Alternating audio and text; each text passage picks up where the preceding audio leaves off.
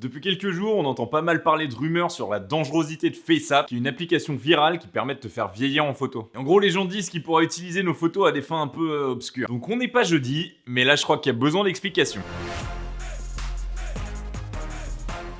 Si t'as cliqué pour regarder cette vidéo, il y a des chances que t'aies déjà installé FaceApp sur ton téléphone pour essayer de te faire vieillir et te marier avec tes potes. FaceApp, en 2 mots, c'est une application qui permet de te changer physiquement avec des algorithmes de reconnaissance faciale qui vont simplement changer tes traits du visage. Alors tu peux te transformer en homme, en femme, en bébé, en vieux, etc. Et récemment, l'application est devenue complètement virale et sa popularité a explosé. Et il y a plein de célébrités qui se sont mises à se prendre en photo et se transformer en vieux. Voilà ce que ça donne pour moi.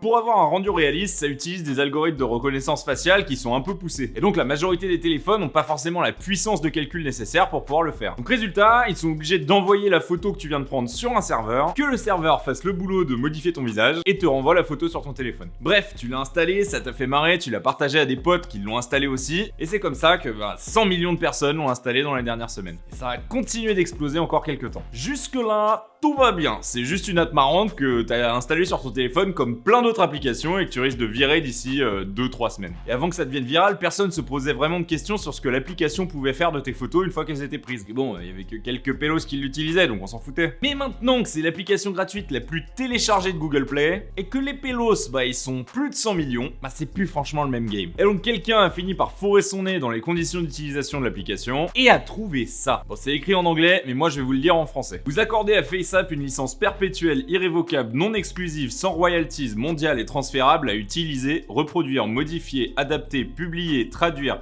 dériver et utiliser en public votre contenu utilisateur et tout nom ou pseudo ou autre dans tous les formats et canaux de support connus ou développés ultérieurement sans aucune compensation de votre part.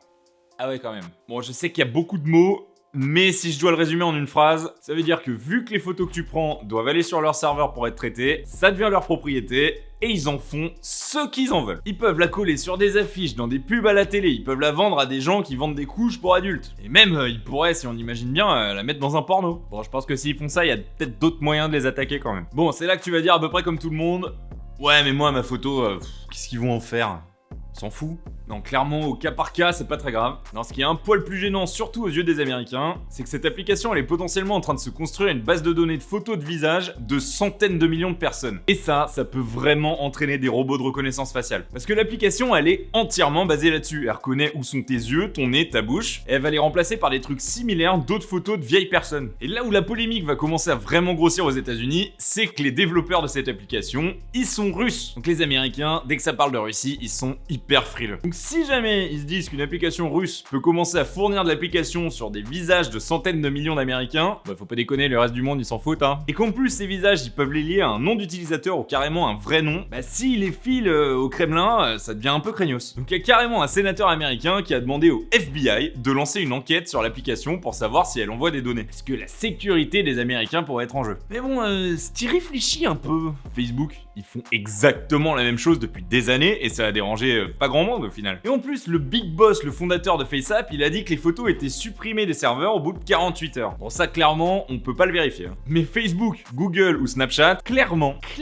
ils suppriment pas les photos au bout de 48 heures. Parce que sinon, il y a plus aucun intérêt de les mettre sur Facebook, par exemple. Et en plus, j'ai déjà fait une vidéo là-dessus, mais Facebook et Google, ils ont accès à tes contacts, ta géolocalisation, tes historiques d'appels, tes textos, etc. Sans oublier que Instagram et WhatsApp, c'est aussi Facebook. Donc bon, si t'es déjà utilisateur de toutes ces applications-là, on peut pas dire que ça va changer ta vie d'utiliser FaceApp. Tu peux y aller, tu peux te prendre en photo en mode papy ou mamie, ça va pas être un gros problème. Au pire, si tu finis dans le menu d'une maison de retraite à Moscou, ça pourrait être sympa de faire le voyage pour aller le prendre en photo. Allez, c'est la fin d'un épisode un petit peu en dehors du timing normal parce que basé sur l'actualité d'aujourd'hui. Si t'aimes la chaîne, n'oublie pas de liker et de t'abonner. Il y a un petit Utip en description et on a aussi un serveur Discord, donc viens nous rejoindre et on discute. 3 minutes pour comprendre, priorité au direct. A plus.